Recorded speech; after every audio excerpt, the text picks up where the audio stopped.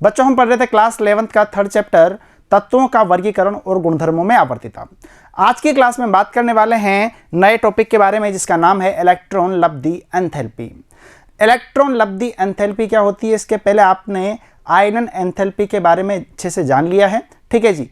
Electron लब्धि enthalpy को यदि हम देखें तो आपको ये थोड़ा सा जाने पहचान लगेगा, लेकिन थोड़ा सा ऑपोजिट लगेगा। कैसे, ध्यान दीजिएगा। यदि हम बात करते हैं यहाँ पे किसकी, इलेक्ट्रॉन लब्धि एंथैल्पी की, तो इसे बोला जाता है इलेक्ट्रॉन गेन एंथैल्पी। पहली बात तो ये।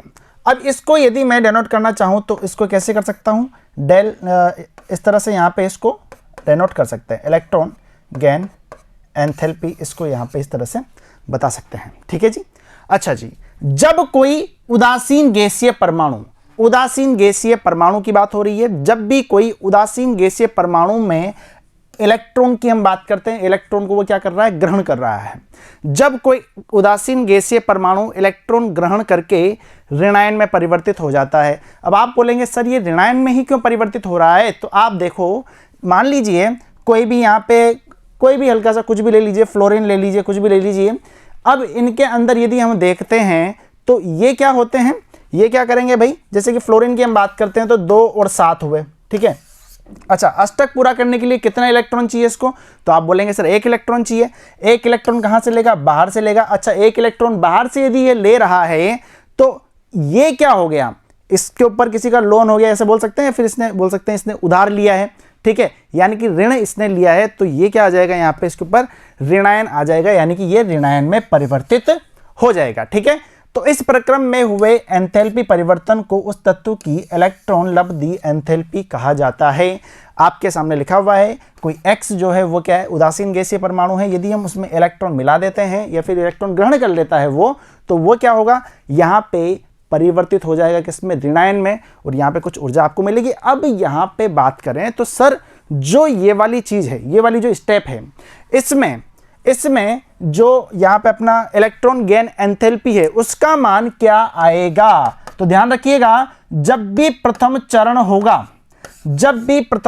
होगा, या फिर मैं बात करना चाहूं यहाँ पे इसकी EGE1 की, तो ये यहाँ पे क्या होगा, प्रथम चरण में हमेशा ऋणात्मक मान निकलता है किसका, इलेक्ट्रॉन गेन एंथैल्पी का।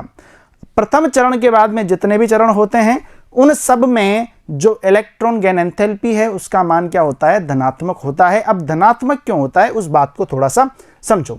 अच्छा जी, आपसे पूछ लिया जाए धनात्मक क्यों हो रहा है, तो आपका आंसर क्या रहेगा, चूंकि जुड़ने वाला इलेक्ट्रॉन, ध्यान देना बात पे। अच्छा, मान लो द्वितीय चरण की हम बात करेंगे, प्रथम चरण में हमें क्या मिला, यहाँ पे X-, ठीक है, X-, यहाँ पे क्या है, ऊर्जा। अच्छा जी, अब इसको इलेक्ट्रॉन देंगे, यानी कि इलेक्ट्रॉन ये ग्रहण करेगा। अब इलेक्ट्रॉन यदि ग्रहण कर रहा है तो इलेक्ट्रॉन भी क्या है, यहाँ पे नेगेटिव है, इलेक्ट्रॉन क्या है, नेगेटिव है। अच्छा, ये क्या है, ये भी तो नेगेटिव है ना, बात को समझो, ये क्या है, नेगेटिव है, ये भी क्या है, नेगेटिव है। अब ये नेगेटिव नेगेटिव यदि जुड़ रहे हैं, यदि ये नेगेटिव नेगेटिव जुड़ रहे हैं तो ये तो एक दूसरे को प्रतिकर्षित करेंगे। ध्यान से समझो बात को, फिर से समझ लो, कोई दिक्कत वाली बात नहीं है। ये लो नए पेज पे समझो, ये यहाँ पे ऋणायन है। ठीक है, अच्छा, ऊर्जा मिली थी। अब इसको यदि मैं इलेक्ट्रॉन देता हूं तो ये भी ऋणायन है। ठीक है, अच्छा, ये भी ऋणायन है, ये भी ऋणायन है, तो इन दोनों के मध्य क्या होने वाला है, तो आप बोलेंगे इन दोनों के मध्य प्रतिकर्षण होने वाला है, रिपल्शन यहाँ पे होने वाला है।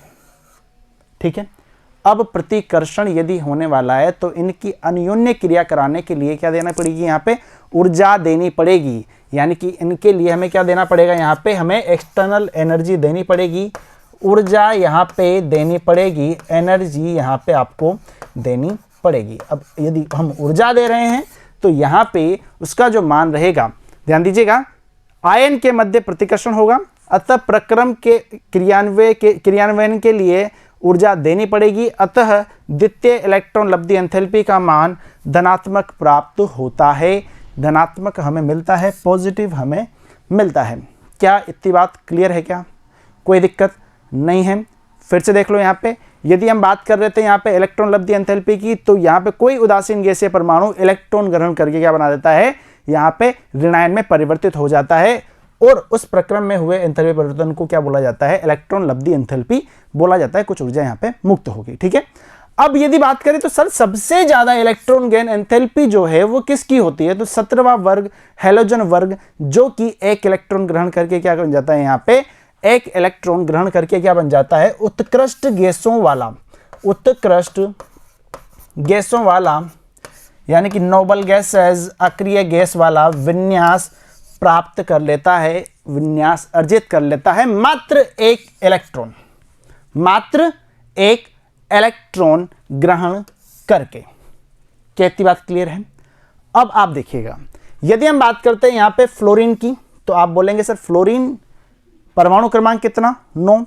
सर परमाणु क्रमांक 9 है, तो यहां पे ये देखो भाई, यहां पे ये देखो परमाणु क्रमांक यदि 9 है तो आप यहां पे देखिएगा इलेक्ट्रॉनिक विन्यास क्या है, 1s2 2s2 2p 6 होता है, 6 नहीं होगा जो कि 5 इलेक्ट्रॉन इसके बचे हुए हैं सिर्फ, ठीक है, 5 यहाँ पे आ गया। अब इसको यदि मैं एक और इलेक्ट्रॉन यदि दे देता हूं, इसको दे देता हूं तो इलेक्ट्रॉन्स की संख्या तो बढ़ जाएगी। अब इलेक्ट्रॉन्स की संख्या बाहर ही तो बढ़ेगी ना, यहाँ पे इस वाली जगह पे, तो 5 की जगह पे अब कितना हो जाएगा, यहाँ पे ये 6 हो जाएगा, ठीक है। क्या इतनी बात क्लियर है? और आपको पता है ये लो प्रथम चरण की हम बात करते हैं तो वो तो क्या आता है, यहाँ पे नेगेटिव ही आता है।